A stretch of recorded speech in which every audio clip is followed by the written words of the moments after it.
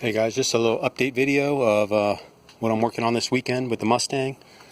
As you know, we just got her out to the drag strip for the first time, so she did pretty well. She did a 12.79 at 109 miles an hour with the stock 302. It's got twisted wedge heads, a small comp cam, the ported Explorer intake, and if you look at my last videos, I think I mentioned where I was going to do instead of the silver paint, go for the cast paint. And then I actually went ahead and did the valve covers too. I don't know how well you're going to be able to see that, but these Ford Racing ones, they were black.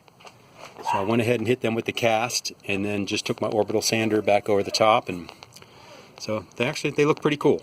And then I've got the here's the upper in the cast instead of that barbecue silver.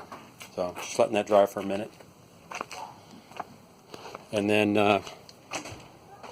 while I was doing that, I do have to get this car, I got to take it in for smog, so I got to put my air pump back on, which I did today, and the air tube on the back, and all of this, the Thermactor items, these were already on there, but that's all plugged back in. I just got to put my long belt on there, and put my catted X pipe back on, take it in to get smogged, and we'll go from there. But I figured while I had that apart, I went ahead and checked the valves, tightened up the headers from the racing, retorqued the lower intake while I had it apart, and changed the plugs.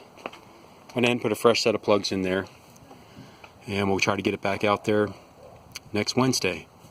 But also, one thing, since I work on this by myself, I use these little cut-off threaded rods as a little guide to put the upper on, and keeps everything lined up from sliding around. And then I just pull those two off. These are the two short bolts, but I'll pull those out and put the bolts in there once I get everything down, and I'll get these other four bolts started.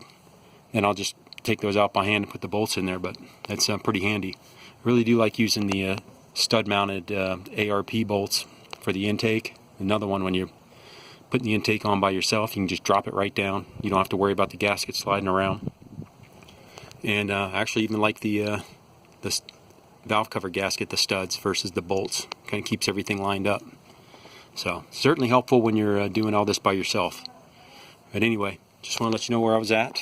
I got the cast paint on the valve covers.